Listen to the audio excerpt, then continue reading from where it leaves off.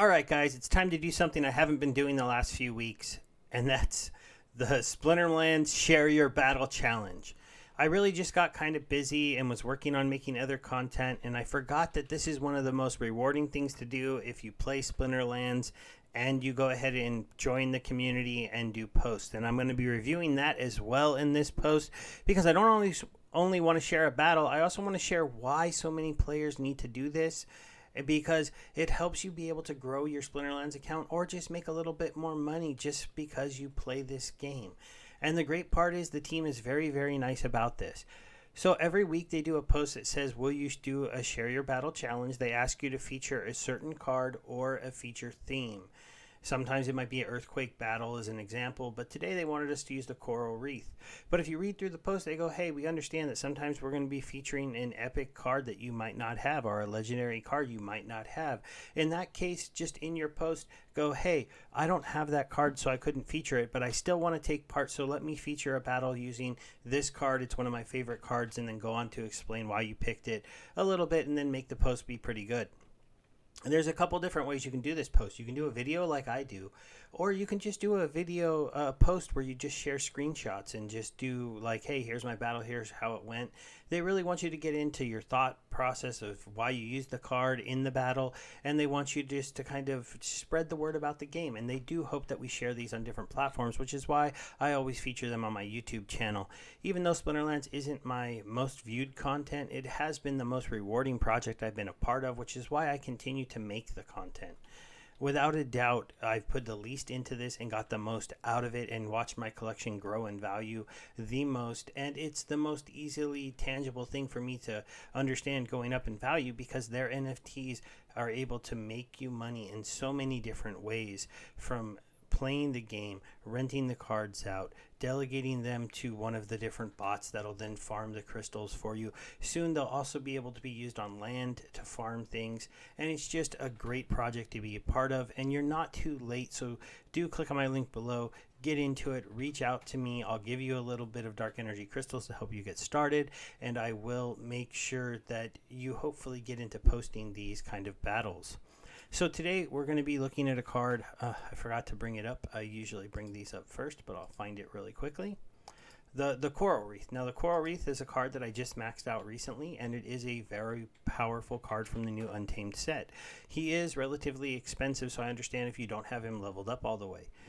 For 6 mana and for only 4 cost at level 6 to do 3 magic damage and rust to the other team, and being one of the unique monsters that does a sneak attack with magic, he is very able to be utilized in a lot of different game sets.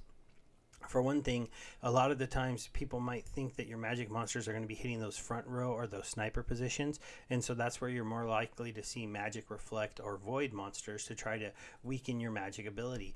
When you have Coral Wreath boosted up to sometimes 4 magic attack, and then he's bombing on that back row monster that sometimes has a lot of armor to be ready for sneak attacks, well, that's when you just totally bust their strategy and you blow up their back row monsters very fast.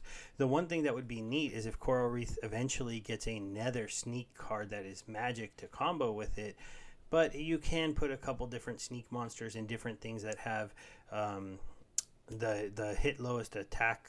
I forget what it's called right now, but that's really the use case I see for this card, is to really surprise the other team by hitting some big magic on their back row and taking out somebody like a big ranged monster or a powerful mage or even a sneak attack monster on the back end.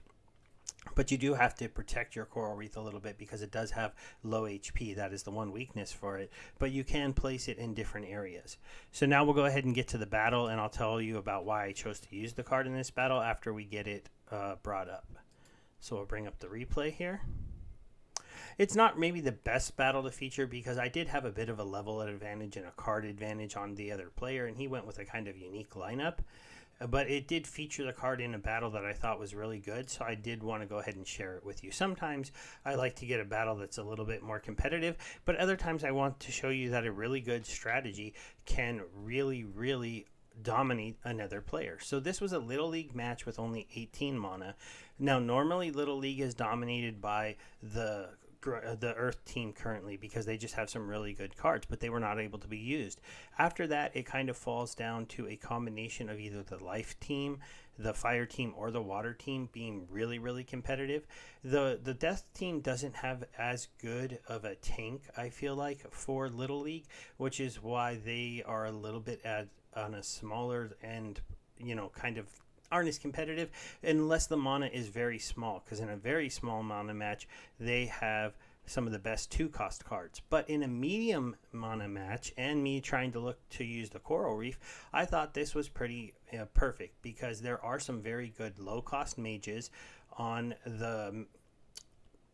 the Water team, and there is a 1-cost healer that I show you here, and there is another low-cost sneak monster, and they have one of the better 4-cost tanks with a lot of armor and a decent amount of life, and they just allowed me to play 6 different cards here. So the idea of my setup was to put the obviously the Spineback Turtle up front, follow him up with the Creeping Ooze, who's really just here to slow us down and allow my Saber Shark hopefully to be able to get off a couple sneak attacks.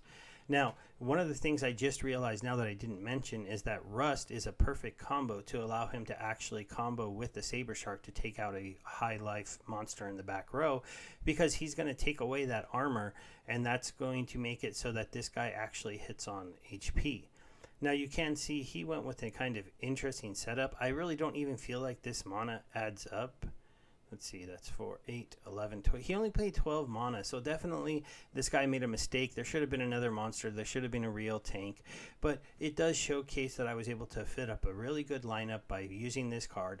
I placed him here with the Ice Pixie, who has armor in the back row and is a flying monster, so this is a better person to have here. If he had played any sneak monsters, that would have been hard to hit my Ice Pixies, and it allows me to have this guy in this position with 3 monsters here, hopefully get a lot of big attacks on that back row. So we'll go ahead and watch the battle. You're going to see, because he made a mistake, he didn't play enough mana, and my team worked out pretty good to set up to counter his team, because I removed his armor. I also just had enough armor of myself to really, his only dangerous attacker was his Peacemaker, and I went ahead and took him out in the first turn because of those two attacks with my sneak monsters. And at this point, you just know that he's not going to have the firepower to compete with my team. Now, had he had 1 additional tank on there instead of using the chicken in the front row, could have he been more competitive? Yeah, he could have played a magic reflect person. Maybe my Ice Pixie would have killed herself on her first attack, and then I wouldn't have had such a good match. But it ended up going out just my way, and I won pretty easily. So the last thing I'm going to share with you really quick in this video is just that this is something that the whole community is supposed to get involved in. And one of the reasons that you should be is because we will come as other community members like me to the Splinterlands posts and look for these posts, usually to reward them. We do this for 2 reasons on Hive. One, because you're a Splinterlands player and we want to support you. So I came and supported both of these posts with a pretty big vote that got them up to almost $2.50 reward. But the Splinterlands team usually will come and vote on these, and they'll give you a various size vote depending on the amount of effort that you put into your post. This is just an example of somebody else's post. As you can see, he didn't do a video. He just kind of shared things. He wrote everything out. He did screenshots of each round of his battle. This is kind of to give you an idea of a pretty well done post. Here's me giving him the little boost here with a tip you vote, because I am a tip you curator. And then right here, you have another one to look at here, where the guy kind of did a similar thing, but he really talked about some of the different monsters that he likes to use and went over all of them in detail. So the posts can vary, but most of them do eventually show you the battle and the setup, and then go over what happened in the battle and try to talk about what was in the card. If you're playing the game, it's really not that hard to put a post like this together, and it really shows that we have a community that is active and engaging, and it gives you a chance to come out here, check out some ways that people use the card, see how their battles went, give them a vote, give them a comment, engage with them. So I hope you guys are doing that. Also, you should be in this community because there are giveaways that are going on constantly. I give away tokens in my other videos. And I also see here's another one where you can win 250 tokens. Here's one where you can win a card. And if you go through here, you'll see more people who are just giving away stuff all of the time. And here's another post that was for the challenge. I don't have any more tip you votes, but I'll give him a vote of my own. It's not nearly as powerful, unfortunately. I'm working on that, but we'll see how it goes. Oh, and here's another one. I'll come back and check these out later once I've recharged my tip you vote power, because I try to reward the people that are doing this kind of stuff in the community. All right, everybody, I'm going to end it there. Make sure you check out my YouTube channel as well as my Hive posting, because I'm building up that subscriber count, and the more people here that get to see my Splinterlands content, the more I can help spread the word about the game. Thanks, everyone. Bye.